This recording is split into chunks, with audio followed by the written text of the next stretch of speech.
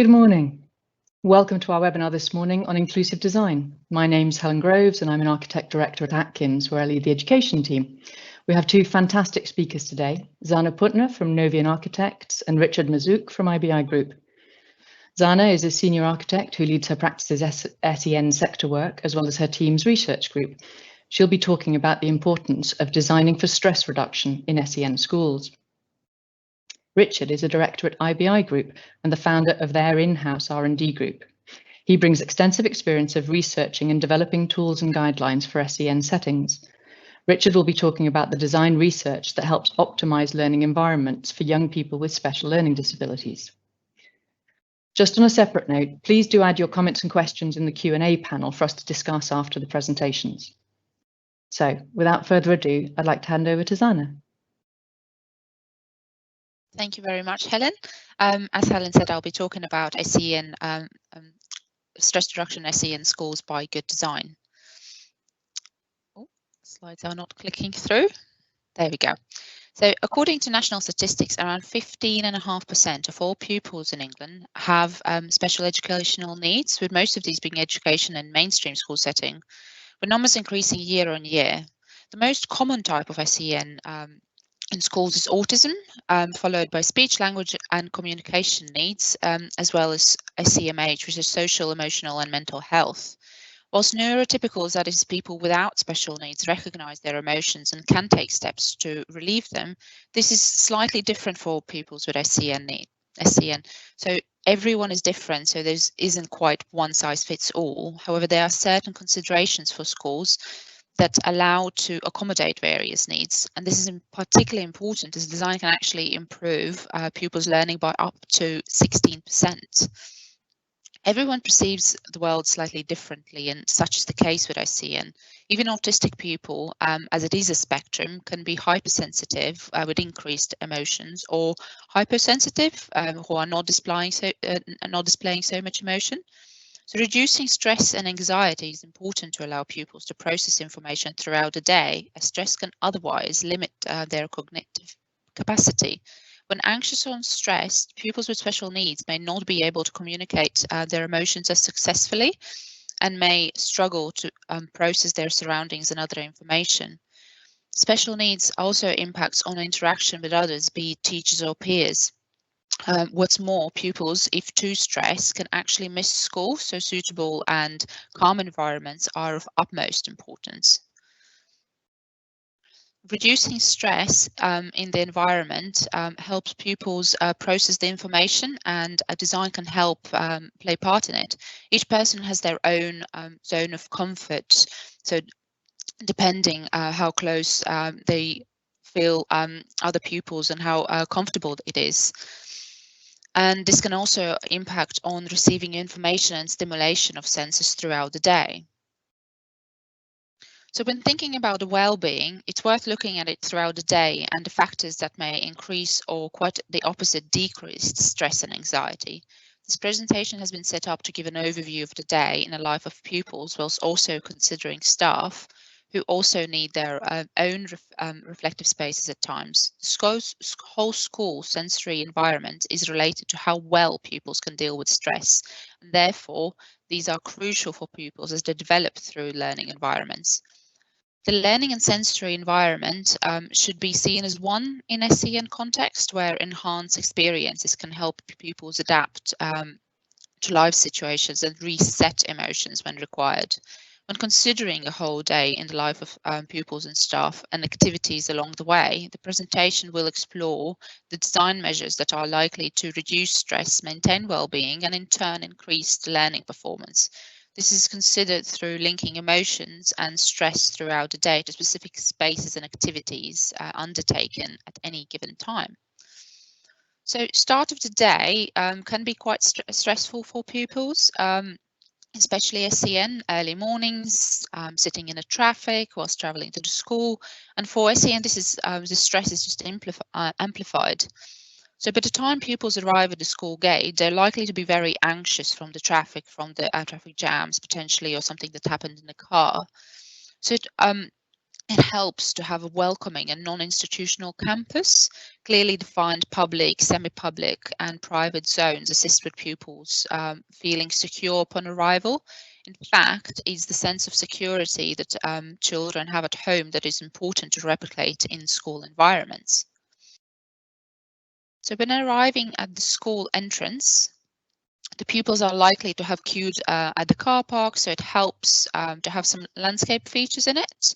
Perhaps it's a tree that pupils can consider as a reference point that signifies their arrival at the school gate and therefore the beginning of the day. The entrance should be also clearly identifiable to help, again, to really settle into the day and not confuse children even more. If there are several entrances, that actually can be great to manage the pupils' flow. Especially in all through schools, and avoid the congestion, which is particularly important now in the COVID times. And pupils should be also easily identify where to go once they are in the school. So when we talk about these circulation spaces, when moving through the building from reception or their access points throughout to their class bases, it's important to consider these transition spaces, how big these are, how much personal space there is, how congested pupil flows are, or how they can be controlled. The sequence of space also plays a role in it to avoid sensory overload. It is not recommended to go from large spaces to smaller one and immediately into the large ones again. The transition should be quite considerate. It also helps to have some breakout spaces along the way. So along these circulation routes, as it can assist in reducing the overall stress from the journey to the school and will settle into the day. And it certainly helps to have some landscape use as well, as nature is known to assist with mental health altogether. So once in classroom, pupils should be able to feel that they belong, knowing it's their space. Personalized areas definitely help with that, knowing it's where their belongings are kept, being able to have good inside-outside links, having clutter-free space, zoning as well within the classroom in itself, and that the space overall is free from distractions. This also includes quite practical things, having things like hidden surfaces that can otherwise distract pupils from overall learning, that otherwise they might become fixated on. For example, the humming of the ventilation system. So nature, acoustics and light, natural light are crucial in classroom environment, and similar for textures and colors. And predictability of the space of the layout can be really important, especially for autistic pupils, as they often like their order of things and routine. So in support of classroom spaces, support spaces are really important, and these should be really adjacent to classrooms, because these are spaces where pupils, if they do become overwhelmed or frustrated to the day, they can reset their emotions should it be required. Again, nature is an important aspect with this, and these are really our spaces to design to make them feel safe and secure, and can be areas also for emotional offload. So when considering moving from space to space, the circulation and transition spaces should be suitably designed to give sense of security whilst not feeling small and institutional. And support spaces similar to these group rooms and sensory rooms should be in close proximity to the classroom as well. So when we move on to the playtimes, during playtimes, it's a lot of energy to be burnt off. But activities can also be quite focused, where pupils may have their own space, for example, taking care of a little growing garden, and that just increases that sense of belonging and sense that it's their space. And it may calm pupils and be a moment of quiet reflection. And that's partly why sensory gardens are imperative in sensory school environments. To burn off energy, if in excess, space for daily mile or trim trail allows pupils to reset emotions as well, just getting that energy out. Pupils' flows and interaction between year groups should also be considered, especially in all through school environments, to avoid any stress that may be caused by bullying. So a level of separation whilst also allowing interaction tends to work quite well. Good sidelines for passive supervision vision will ensure that should any assistance be required, staff can react quite quickly, and areas that are protected from sun and wind should would really benefit if there are any external teaching taking place, in particularly the current environment where outdoor teaching may be encouraged during pandemic. So lunchtimes can cause quite a lot of anxiety to a number of pupils in one place. Some may prefer to eat alone, and a screen space, be it movable screen or not, is often quite a simple solution. Equally, a small breakout space or group room can serve for the same purpose. External dining, weather permitting, of course, can give pupils a sense of calm during this time, but we do live in England and it's not always possible. But it's simple things like landscape elements and nature sounds that also relieve some of the stress that may come with loud lunchtimes.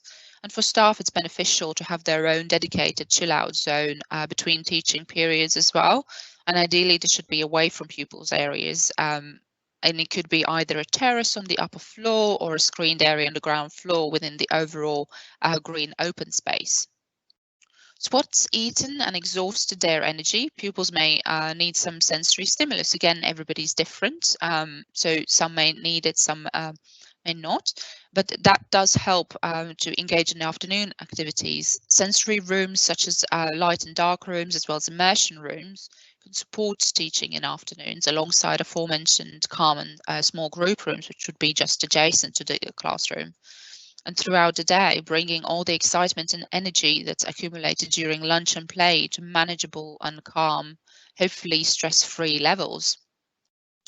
So during the day, it's crucial for these pupils to have clear wayfinding. This could be color coding of spaces, use of different symbols and areas, being descriptive throughout the school, or using reference points, which can take various forms, including using views, landscape features to help pupils orient themselves.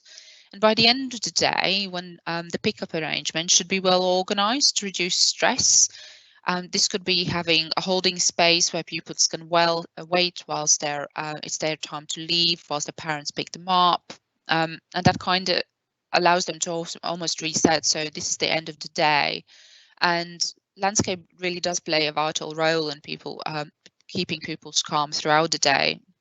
So having those views or even just a visual link is one of the strongest design features really that we have. And similarly, as arriving into school, it can help having those reference points or a calming noise, for example, water feature or wind chime that can help pupils relax before the journey home, as well as throughout the day. And little elements like that really do help. And the aim of sensory and stress management is to avoid pupils bottling up their emotions throughout the day, only to arrive home to be stressed.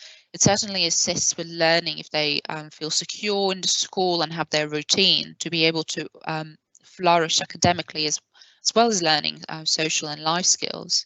So some of the strategic devices for stress management and design include non-institutional appearance, which creates a warm and welcoming environment.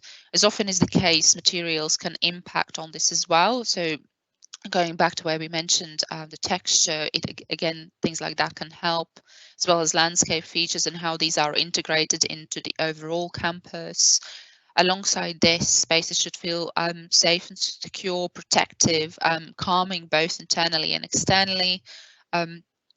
And so there's a great balance to strive between the areas being secure whilst also remaining warm and welcoming. And internally, the clear wayfinding and congestion points to, again, not overwhelm those senses, and thinking about those transition spaces as well as environment and control, so integrated environmental engineering, particularly lighting and acoustics. So some of the more detailed aspects to consider include use of sensory materials, thinking about patterns, textures, again, appearance, how we use natural daylight, etc. Withdrawable space, specifically designed for calming, assists teaching throughout the day and can be used for visual individuals learning. Minimizing sharp corners if at all possible and using softer curves in the overall design can be associated with lines in nature, so use of landscape and water, again, if possible, again, provide that calming effect on pupils.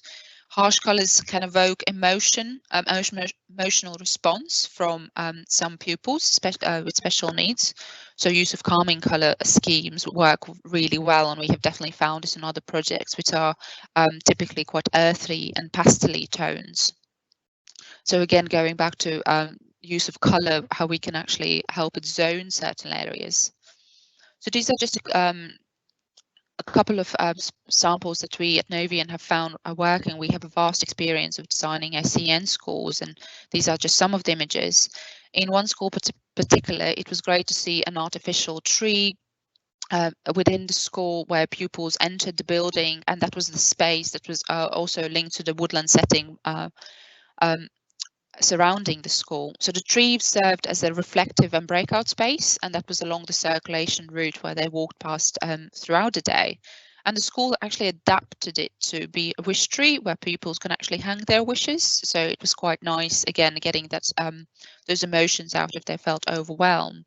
In other projects, even if using real trees in large social areas where budget permits, and that can be externally as well, just having like a reference point as you enter the school or close by it. And it's also great to get schools and educational trusts involved right from the start, and sometimes even pupils themselves involved to create that sense of ownership. And when they do go to their new settings in school, they can actually feel like they're belonging. And in some other schools, pupils' artwork has been used in the building itself, so for stained glass or similar, where again, it's something that can be added once the school has been completed, but it gives that sense of belonging and identity to this whole school environment, and creates that really sense of belonging. So externally, it's always great to see landscape working hand in hand with architecture and the building itself, no matter how constrained the sites are. So giving a sense of security is crucial in stress reduction for special needs pupils, as well as making sure the building is welcoming and pupils can easily find their way around the areas. Where pupils' homes are not always adaptable, it's imperative that the school environment does serve pupils to enhance their learning and help them flourish, giving not only excellent teaching spaces, but also life skills beyond the school. And this is really talking that it's not, the school environment is much more suitable for people with special needs. They can learn about their emotions, etc. So with all the everyday stresses that a person has to endure for special needs, this is amplified. So special needs schools should be a place where they feel safe and secure and stress-free, whilst having a sense of belonging as well. Thank you.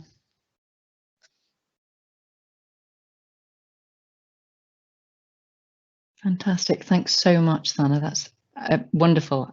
You know, some of those ideas in there are things I'd never thought about, and some really creative ideas there. So it's lovely to see those and the examples that you showed. There's some fantastic projects there.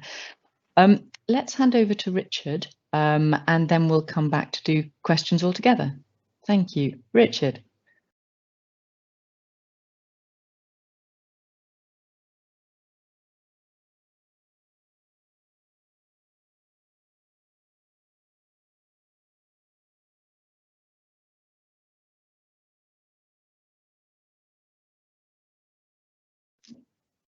Here we go, handing over to Richard now. Thank you.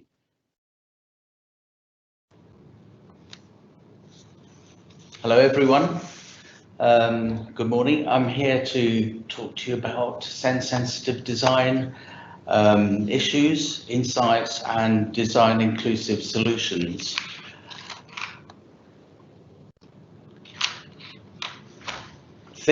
IBI Think will be delivering this presentation. We sourced and reviewed extensive research on the subject. And before I embark on the subject that we'll talk about, I'll describe to you what Think does. And these are some of the activities that we embark on. Certainly reviewing lots of research. We actually fund quite a lot of research. And what we're hoping to do is bring some of the pediatric knowledge in terms of healthcare across into education, and we've done that in a number of instances. We've worked with a number of universities, special expert working groups, We've even developed products, things like the Cloak Tidy, the Tidy Call, and so on. So we moved from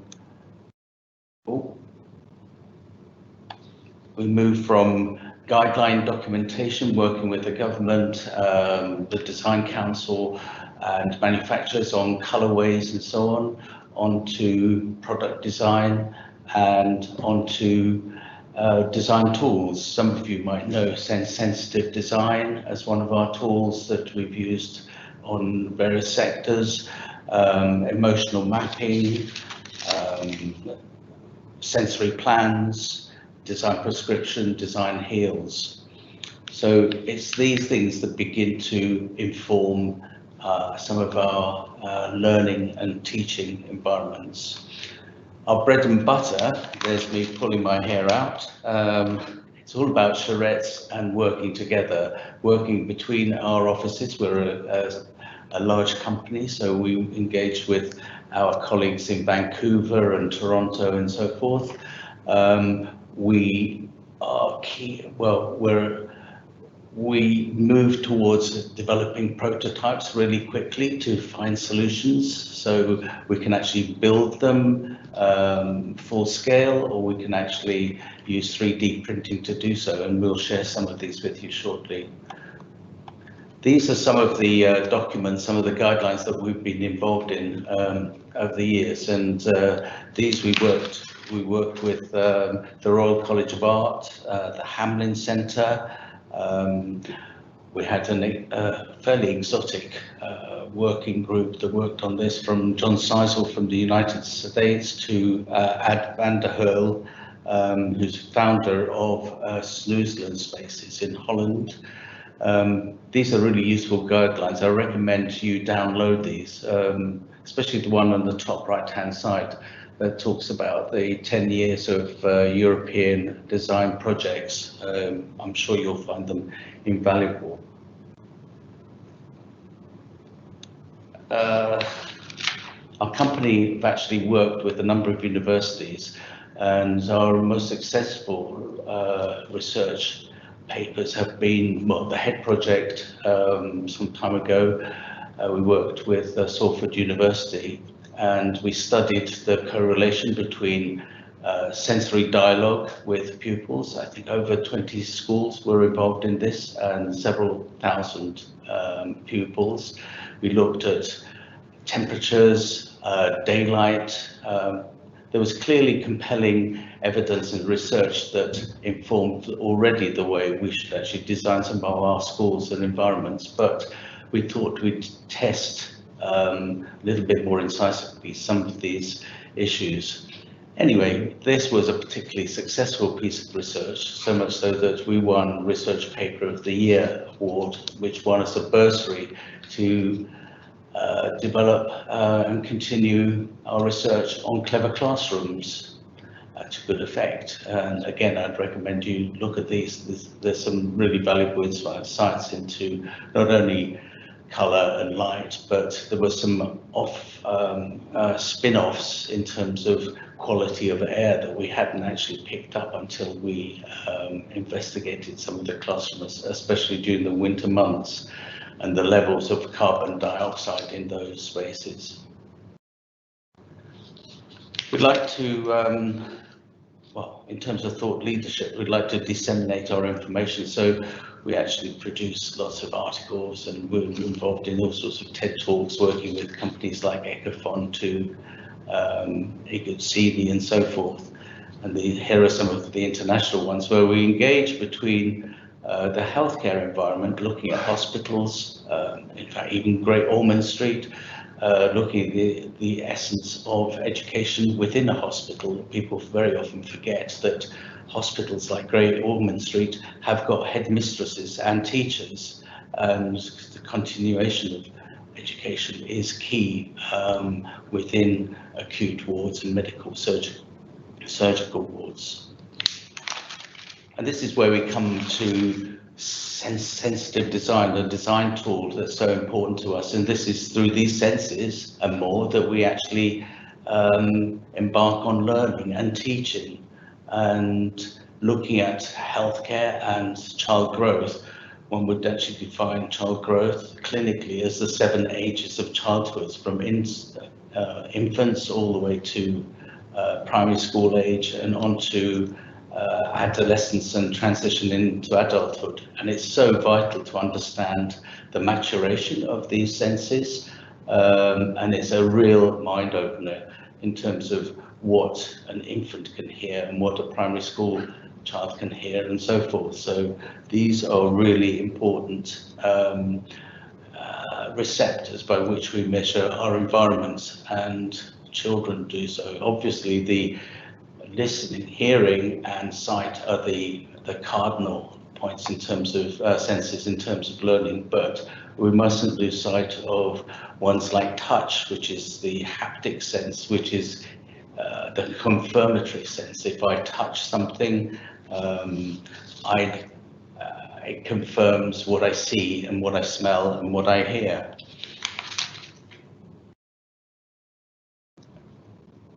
We've known through the years that they're more than the 5 cardinal senses. There are 5 that we know there, but some of us will obviously know that there's a sense of balance, and there's a sense of time and a sense of space, and there's so many more of them, and we enter a territory of sort of fairly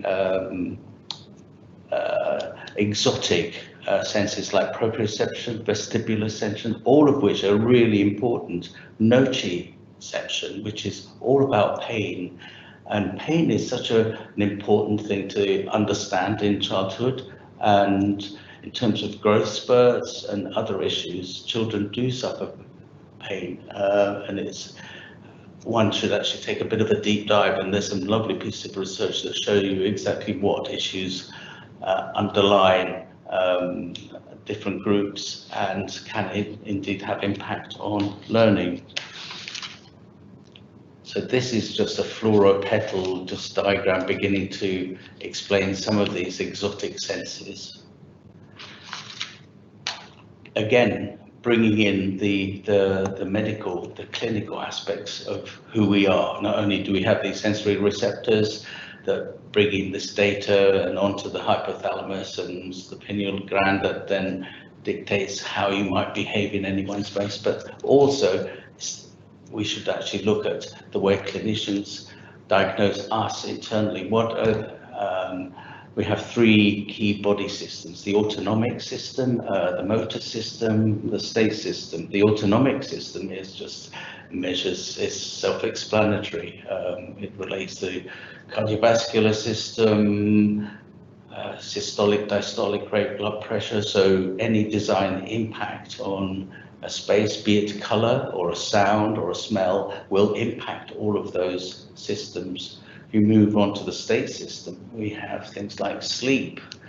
We know that infants will sleep for longer periods of time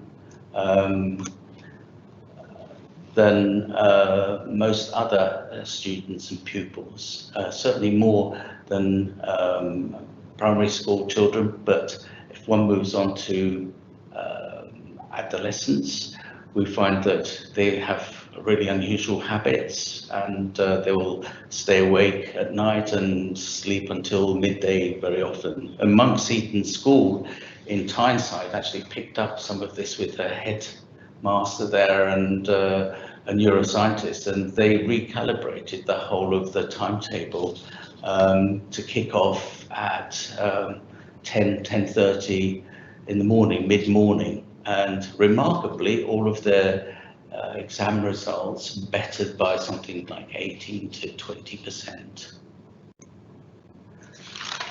Again, this is all about the research and collating valuable research, and I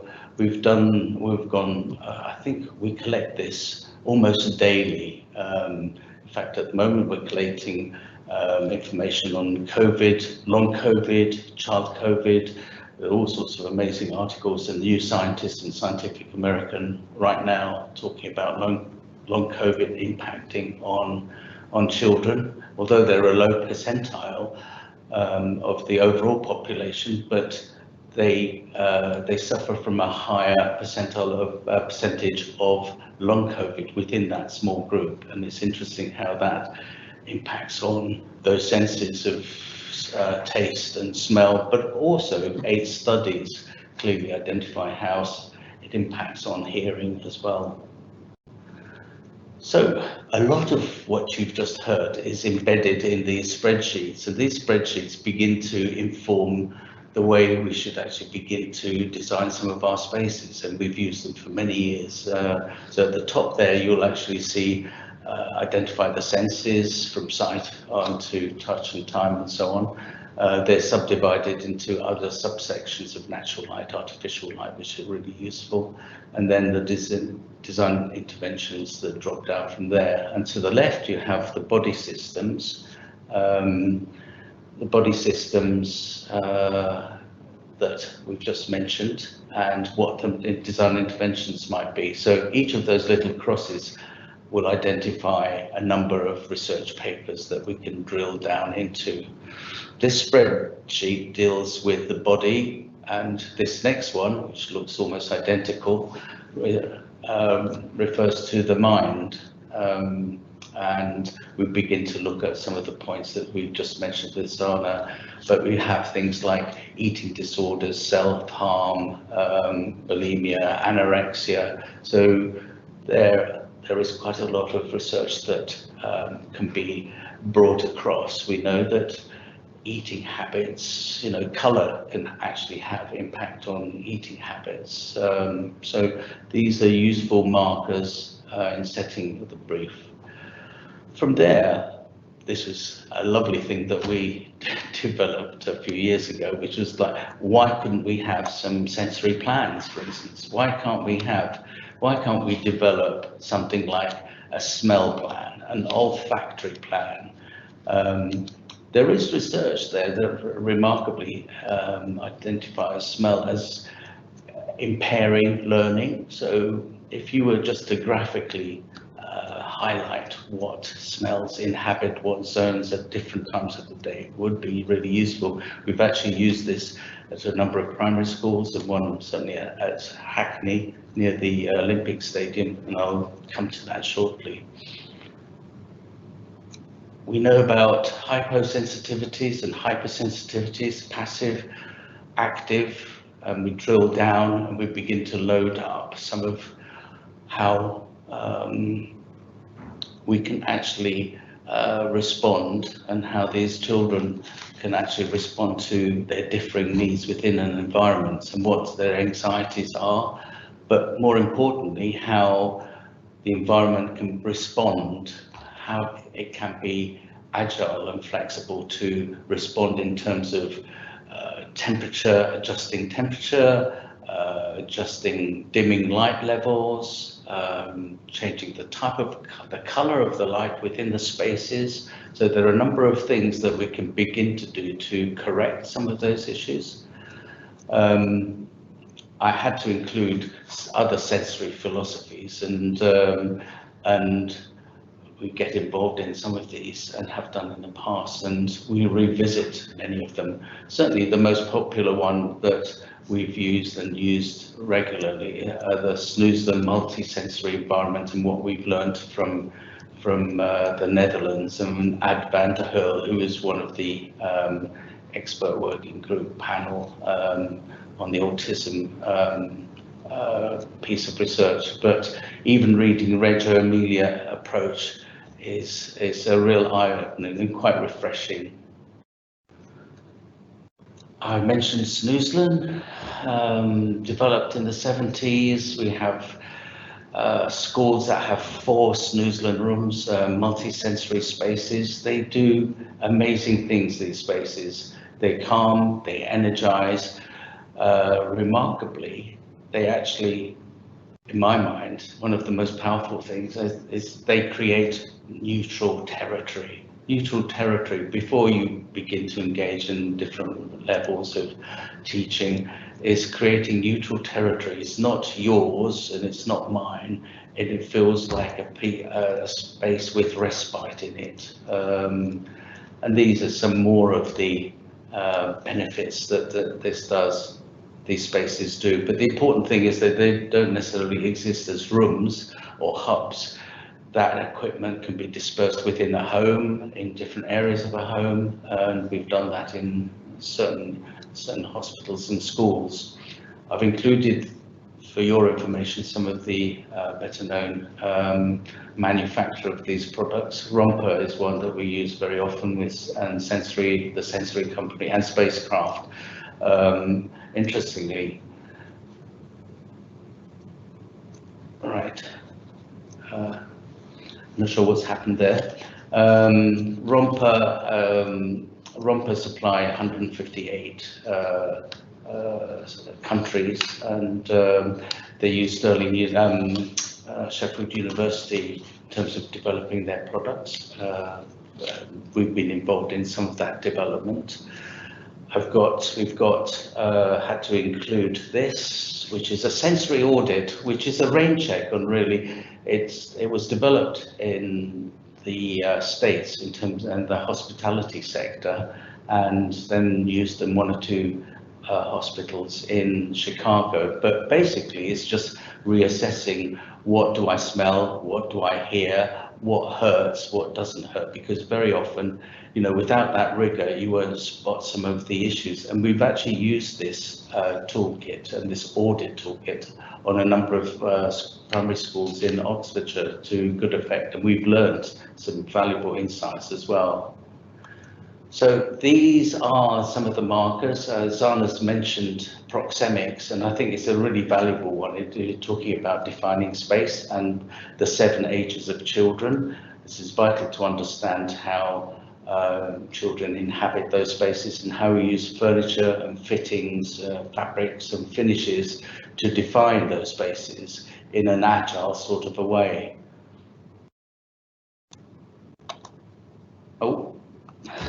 Zana mentioned about proxemics, which was developed in the early 60s. And this is so important when looking at your layouts in terms of intimate, private, social spaces and public spaces. And at the bottom right-hand side, you can actually see, certainly in terms of autism and dyspraxia, some of the issues are always to be in spaces, but, you know, have an idea of what your means of escape might be, or what you see beyond. So these are, in terms of COVID as well, in terms of natural ventilation and liminal space, it's really important to begin to look at these things to define the architecture and the permeable sort of architecture that we hope to develop post-COVID. So this is a very simple diagram that we did a little while ago on a school in Hackney, a primary school, a very large Victorian school, and with the headmistress and teacher, we looked at defining the spaces within a classroom, and these were some of those areas, and thought, what could we do with that information? We looked at that time, there was much talk about the left-hand side of the brain and right-hand side of the brain dealing with logistic, orthogonal thinking and creative thinking on the right. And simultaneously, there were pieces of research that began to define the sorts of layouts, and you can see that in the brain there. Linear orthogonal layouts would ameliorate learning in literacy and numeracy, whereas a free-form sort of setup would relax students and pupils, and the light source would actually move, would be free-form, and the teacher would actually move between those spaces to good effect. These were some of the timetables that we assessed, and it was quite clear that literacy and numeracy was always the subjects that were taught early in the morning, and then more creative activities in the afternoon. We tried to further develop this with a company, Target, looking at floor finishes. Could we actually create these spaces using not just furniture, but mats, movable mats and bits of sample tiles and so on. So we went to their showroom and we had some great fun. In fact, at the bottom left-hand side there, you'll actually see some of the cutouts. We used their library of finishes, from turf grass to, we created, we had golden spaces, we had, in fact, at the bottom there, the whole idea was that we actually had these panels that hung around a perimeter dado in a classroom. So even in COVID scenario now, one could actually, each pupil, each child could actually have their own pad, their own bit of space as well, and they could apply that self-distancing using some of these, and the teacher would have their own as well. So it was quite, and it's developing at the moment, so it's watch that space. We were having great fun, especially in the library where we had cut grass smell together with blocks of 1 meter turf. This was just a quick diagram that I drafted out a while ago on a project called Adventure in Liverpool, and it was basically worked around the Eden project scenario, basically a large biphilic sort of space, and in that we could actually morph spaces, rather like the O2 Arena and exhibition centres. Classrooms could expand and modulate depending on the activity between the intimate spaces, the one-to-one spaces, and the bigger spaces. So this is a message to do with it's a fairly substantial statement and relates to autism, but all sorts of other learning disorders. I think this sets out our brief, essentially. It tells us that we should be accommodating this level of variety. And as I mentioned before, it's all about agile design, adaptive, flexible design, and responsive design. So from hour to hour, our environments should be able to change and adapt to those needs. So before I sign off, I just came across a book called A Breath of Fresh Air, looking at post-COVID and some of the issues around proxemic spaces, but proper ventilation within schools and creating liminal school. I just came across a book called A Breath of Fresh Air. And it's a little bit long in the tooth, the book. But it's about schools, Birmingham schools, open air schools, up to, 1911 to 1970, and there are 350 odd pages of this, and full of illustrations written by Francis Wilmot and Pauline Saul, and the publishers are Phillimore and Co. Thank you very much. Richard, thank you ever so much. What a fantastic tour through the thinking and how that can be applied. I think there's so many wonderful ideas in there, and what really I think struck me is how you spoke not about SEN schools and mainstream schools, but about schools. And I think that's hugely important, and particularly that's a message that we need to be, I suppose, reinforcing through all the webinars this week. And you know, in an era, I suppose, at the risk of being political, where fewer and fewer children are able to receive perhaps the support that they need because of funding issues and the fact that, you know, statements are reducing in number. What should we be doing in terms of how we apply this thinking to mainstream schools, and the thinking that we as designers should be aware of and mindful of in how we speak to all our school clients, not just SEN. So perhaps Richard, but I'm sure Zana, you'll have an opinion on that as well in a minute. Right. Can you hear me, or? Yes. You can. Oh, excellent. When the message for me is the frightening message of we have to be really adaptive and agile. We should be able to change our environment, the temperatures and the lighting levels.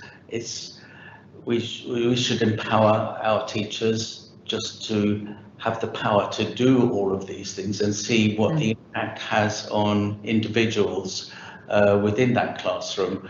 We certainly found, when I reviewed some research papers, I think it was in Wales, of just showing how just individual, even children, were empowered to change the temperature by opening, or ventilation by opening a door or a window or drawing a curtains. That simple empowerment gave them great power in terms of, well, it improved the quality. It was fairly compelling, that single piece of research, allowing a child to open windows or changing light levels or using a dimmer switch. So my big message is that we as architects should create environments that are that agile, so that we can address some of those issues and we can calibrate it, well, empower teachers that way as well as individual students. Zana, is there anything that you'd like to add to that?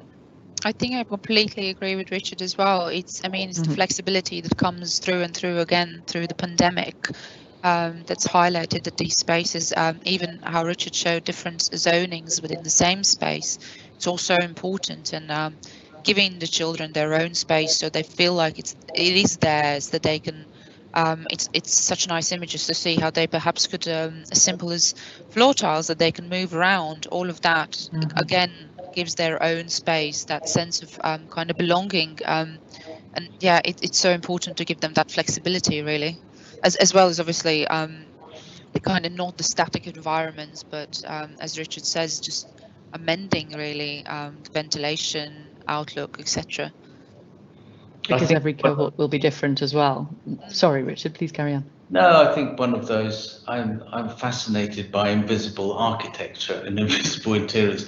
The stuff that is invisible, we just don't connect with, with things like pollen affect learning, exam results, things like classrooms that have 90% carbon dioxide during the winter months impact on learning, and we still don't understand this, although I've actually seen there has been a bit of pickup on that, just measuring what is it that inhabits the space. So many of the things are invisible things that really, the temperature within the space, the smell within the space, all of these things are invisible, and these are things that we just don't engage with. You can move a lump of furniture from one corner to another and perhaps create or settle in and just create I don't know, a corner with 3 or 4 chairs and a bit of a mobile screen. But these other things, I was really surprised just to read how smell really has an impact on both headaches, but in terms of learning scenarios. So it's the invisible, making the invisible visible. And that's why I found it useful just developing the sensory plans. I mean, who would have thought, and suddenly we had pupils saying, well, we always get that smell from the toilets, and they always paint the polyurethane floors over the summer months, and I always have a headache, and you open the windows and then you've got the pollen coming in, and then you've got that causes, and every year, surprise, surprise, in spring you have exam sat results go down, and it's all to do with this invisible stuff, and it would be nice. And also the gases, years ago we used to talk about off-gassing. There's also asbestos, these are things that really inhabit spaces and classrooms and, are issues. And I just wish we could visibly identify these when we're actually designing as well, because it's so easy to avoid those sorts of issues. That's a great way of looking at it, and I think hopefully that'll prompt a few people just to look at things in different ways. A nice comment from Edward Edgerton in the comments box. He says, as an academic, he's an environmental psychologist. He is biased, he admits, but it's nice to see a design and architectural company engaging with academic research, because it's sadly missing in his experience. So it's I think maybe that's something to follow up in terms of a conversation.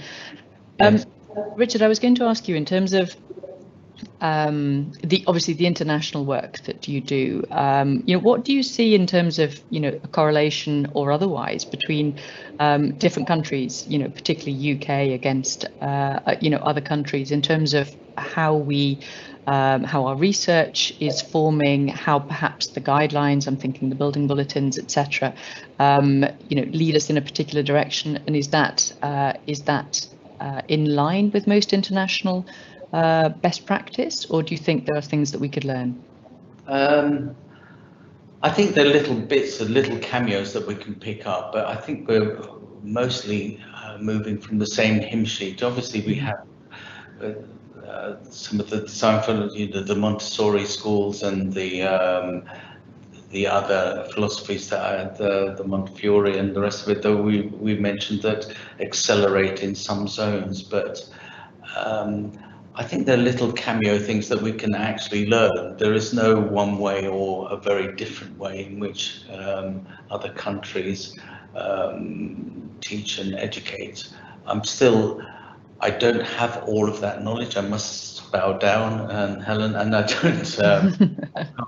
None of us have all the knowledge. Don't worry. Learn from what I have learnt in terms of, especially in terms of paediatrics. So a lot of the work that I've done in the past has related to designing hospitals in Vancouver and Toronto, other countries worldwide, to Hong Kong and so on. So by and large, the trends, the important thing is to know that some of them will have schools as well. It's all about the learning processes and what being sensitive to those, and some countries are not as sensitive to the issues around learning in hospitals, for instance, and some of those abnormalities. But I recommend you look at that, the Hamlin Centre and the Kingswood documents. They've got, if you look at close-up 10 European design projects, you'll get some insights there, that's for sure. Fantastic. Fantastic. Thank you. No, I'll certainly be looking those up, and I dare say others will as well. So, Zana, I suppose from a slightly different perspective for you, in terms of, obviously, you're involved with schools for students with SEN as well as mainstream schools. If there's one thing that you could change with the building bulletins at the moment for SEN schools, is there anything that you would like to see added to that in particular? It's probably the impact of the sensory environments and the sensory spaces, because I think if one thing the pandemic has really showed us is the importance of that, and that's something that's in homeschooling they wouldn't have had. These immersion rooms and light and dark sensory rooms. It's also so important, and I feel like that's almost not coming through as pertinent in BB 103 and 4. And even for mainstream, those are hugely beneficial spaces, coming back into, transitioning back into school from having been homeschooled for almost a year now. It's just so important to actually, we're all different, so these environments do help. So if one thing would have been changed, I would say that is hugely important. No, and I think your point about post-COVID, how we adapt, it's I guess linked to a question in the chat box which says, how do you help teachers to perform their best? Now, I suppose that that's a very, very broad question. Perhaps it might help to focus it on post-COVID, what we can do as designers to help teachers flourish, to do what they do, and how we can support that the teaching part of the learning and teaching as well. Zana, would you like to go first? Yeah, that's absolutely. I think it's the space altogether. I think Richard picked up many wonderful points about the environment itself, and this is where really the integrated solution within buildings, as well as looking to the outside, kind of integrating it all together, really should come through. So going forwards, we should be, as well as for all our existing schools, we really should be thinking about how ventilation assists with everything. What about the outlook, windows, daylighting? daylighting has been said, or sunlight can kill certain bacteria. So again, it's just very simple things, but making sure that the kind of environmental strategies work really, really well together with the building and as well as the surrounding area. So it's natural setting, if you like. Absolutely. Richard? Well, other than sort of repeating one or two of the items that I mentioned, there's certainly, what is it that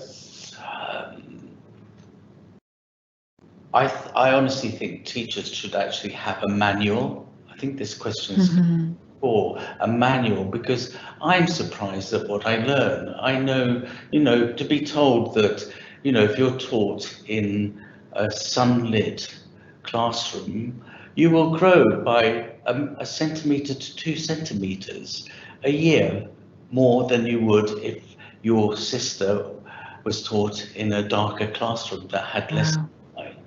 Your dental growth would ameliorate as well. These are all things, it's those identifying those invisible things that, if you open the window, that 90% in the winter, when you've got the windows closed because it's cold outside, how can you actually get rid of, expel? So that amount of toxic air in the space. So it's just having a bit like the audit tool. That was a simplistic thing, but it was a real eye-opener. What do I see, and what are the toxic things there, and what can I do better, and what is it that I should be doing anyway? Have I got clean air, or have I got issues? Years ago we talked about, we had issues around off-gassing, for instance, the products that produce formaldehyde, tetracyclines, and Scandinavian countries have a rigorous attitude to all of this, and these are young, growing beings, and you're surrounded by, even computers that can actually generate. They heat up, they can actually generate formaldehydes and the rest of it. And again, it's something that. So yes, that was a simplistic. That audit tool was a simplistic way of just checking, but we should do that in our offices, in our homes. We just. It's a bit like the boiled frog syndrome. You just tolerate it until it really does you a lot of harm. So I think we should help and dialogue with the teachers to see this is how you can ameliorate your environments. For instance, I remember a wonderful piece of research that Ecofont did in Scandinavia in teaching, they just literally changed the ceiling tiles, a lay-in ceiling tile, just with their own product over a weekend. And the exam results, the teacher swears by these tiles. The enunciation of children completely changed, and at the end of the year, the teachers, just one single teacher at this point, just recommended that tile because it reflected on him and his teaching skills. So it's defining all of these points, your environment and what makes up that environment, and then how you can actually move bits of carpet around, how you can change the color of that light. The supermarkets that sell these lights now, and you can actually change a space in a nanosecond. So if you have, we deal with aggressive behavior in prisons and in A&Es and the rest of it, and we can use some of these things, and suddenly just by dimming lights, you can change behavior. Children move differently in different light levels and so on. So they're quick wins. It's a bit like the Monk Seton school. Let's start. Why don't we start at 10 o'clock? How much did that cost me? I don't know. And there's so much out there that we can actually harness. So I think I think it should be part of teaching education, just furthering it and including the research that we're picking up all of the time and learning. And making it accessible to everyone. And I think that's, this idea of sharing, and that we should continue ours, and reaching into obviously the universities and the teaching profession, their own research, and to be able to enable that dialogue and to continue it through events like this. I very much hope that can continue. Having said that, we're just out of time, so I'd like to thank particularly Richard and Zana for their input. I'd like to thank the audience, those of you who've been listening, and your questions, and we hope very much that you'll engage with the remaining webinars through the rest of the week. Thank you very much. Thank you, Helen. Thank you, Zana.